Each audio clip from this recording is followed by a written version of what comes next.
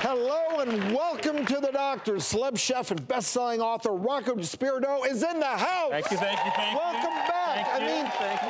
Nice to see you, nice to see you. They say laughter is the best medicine, and our next guest has served a healthy dose to fans for over 30 years. Take a look.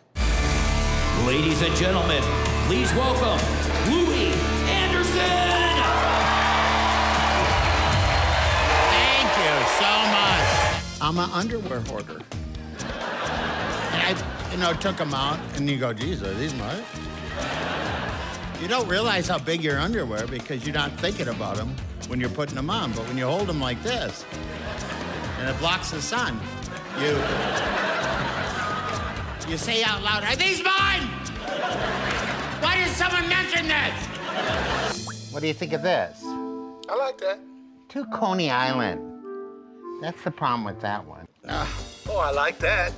This is a blanket. Well, I'm not even paying attention. Christine, why don't you just go out and buy something new, honey? I've already tried everything on at the dress barn. I'm in between sizes. You know when else you feel old?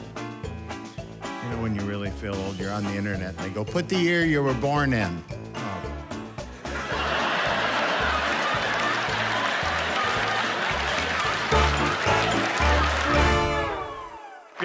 Cheers, genius!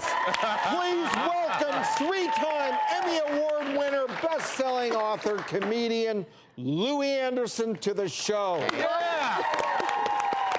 Thank you. And congrats on the success of your show, and congrats on the success of your new stand-up show, Big Underwear. I gotta ask you, Louie, why big underwear? Well, you know, you go through the, you're scrolling to see what you're gonna watch, and you see Deadliest Catch, Gold Rush, Naked and Afraid. What am I gonna have, Louie Anderson, butter? That is it. I said, let's call it Big Underwear.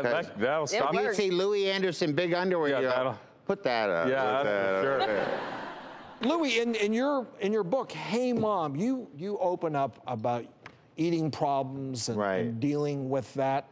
What was your gateway to food addiction? Well, my dad was an alcoholic, and whenever there was trouble after the fact, my mom would feed us. So maybe to comfort us, maybe to make herself feel better, maybe both. So that became a reward system after a stressful situation. And so food was so comforting, and I loved it, and it didn't have a stigma on it. You know, he's a drunk. He hardly ever say anyone, he's drunk on food, he's hammered on food. You know, food, unless you're eating food addiction is really, I know that there's a big opioid addiction and it's very serious, but food, I think, is bigger. The processed food is, rough.